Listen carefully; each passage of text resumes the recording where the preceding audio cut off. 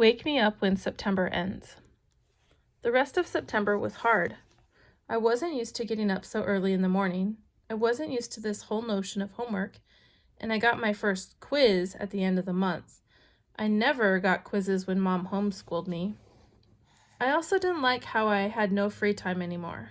Before, I was able to play whenever I wanted to, but now it felt like I always had stuff to do for school. And being at school was awful in the beginning. Every new class I had was like a new chance for kids to not stare at me. They would sneak peeks at me from behind their notebooks or when they thought I wasn't looking. They would take the longest way around me to avoid bumping into me in any way, like I had some germ they could catch, like my face was contagious. In the hallways, which were always crowded, my face would always surprise some unsuspecting kid who maybe hadn't heard about me. The kid would make the sound you make when you hold your breath before going underwater. A little sound. This happened maybe 4 or 5 times a day for the first 5 weeks. On the stairs, in front of the lockers, in the library. 500 kids in a school. Eventually, every one of them was going to see my face at some time. And I knew after the first couple of days that word had gotten around about me because every once in a while I'd catch a kid elbowing his friend as they passed me or talking behind their hands as I walked by them. I can only imagine what they were saying about me. Actually, I prefer not to even try to imagine it. I'm not saying they were doing any of these things in a mean way, by the way.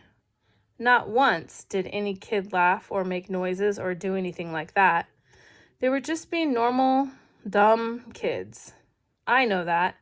I kind of wanted to tell them that. Like, it's okay. I know I'm weird looking. Take a look. I don't bite. Hey, the truth is, if a Wookiee started going to the school all of a sudden, I'd be curious. I'd probably stare a bit. And if I was walking with Jack or Summer, I'd probably whisper to them, "Hey, there's the Wookiee." And if the Wookiee caught me saying that, he'd know I wasn't trying to be mean. I was just pointing out the fact that he's a Wookiee.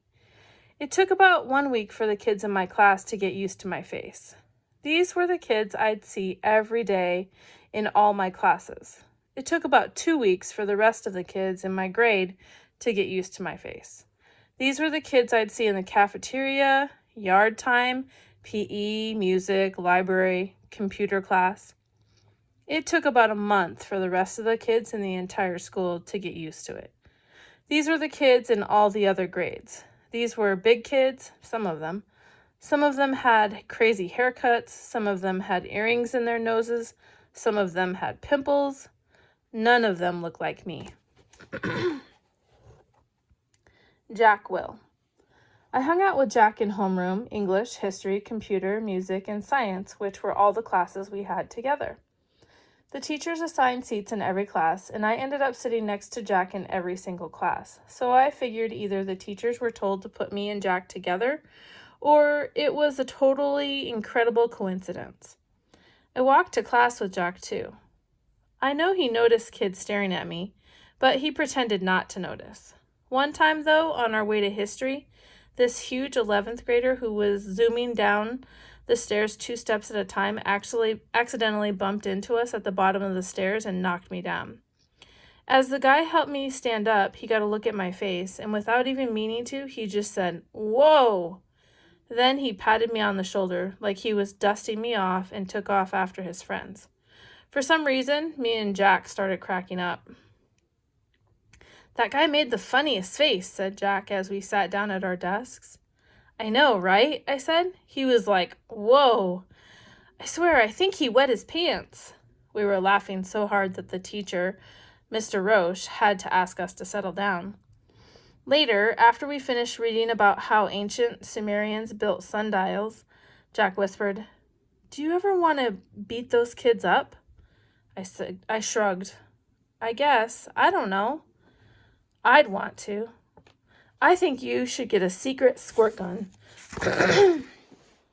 or something and attach it to your eye somehow.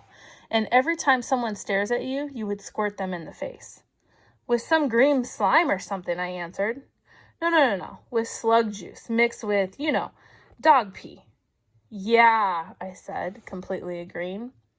Guys, said Mr. Roche from across the room, people are still reading. We nodded and looked down at our books. Then Jack whispered, "Are you always going to look this way? I mean, can't you get plastic surgery or something?" I smiled and pointed to my face. "Hello, this is after plastic surgery." Jack clapped his hands over his forehead and started laughing hysterically. "Dude, you should sue your doctor," he answered between giggles. This time the two of us were laughing so much we couldn't stop, even after Mr. Roche came over and made us both switch chairs with the kids next to us. Mr. Browne's October Precept. Mr. Browne's precept for October was, "Your deeds are your moments." He told us that this was written on the tombstone of some Egyptian guy that died thousands of years ago.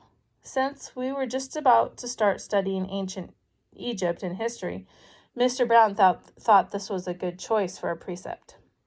Our homework assignment was to write a paragraph about what we thought the precept meant or how we felt about it. This is what I wrote. This precept means that we should be remembered for the things we do. The things we do are the most important things of all. They are more important than what we say or what we look like. The things we do outlast our mortality. The things we do are like monuments that people build to honor heroes after they've died.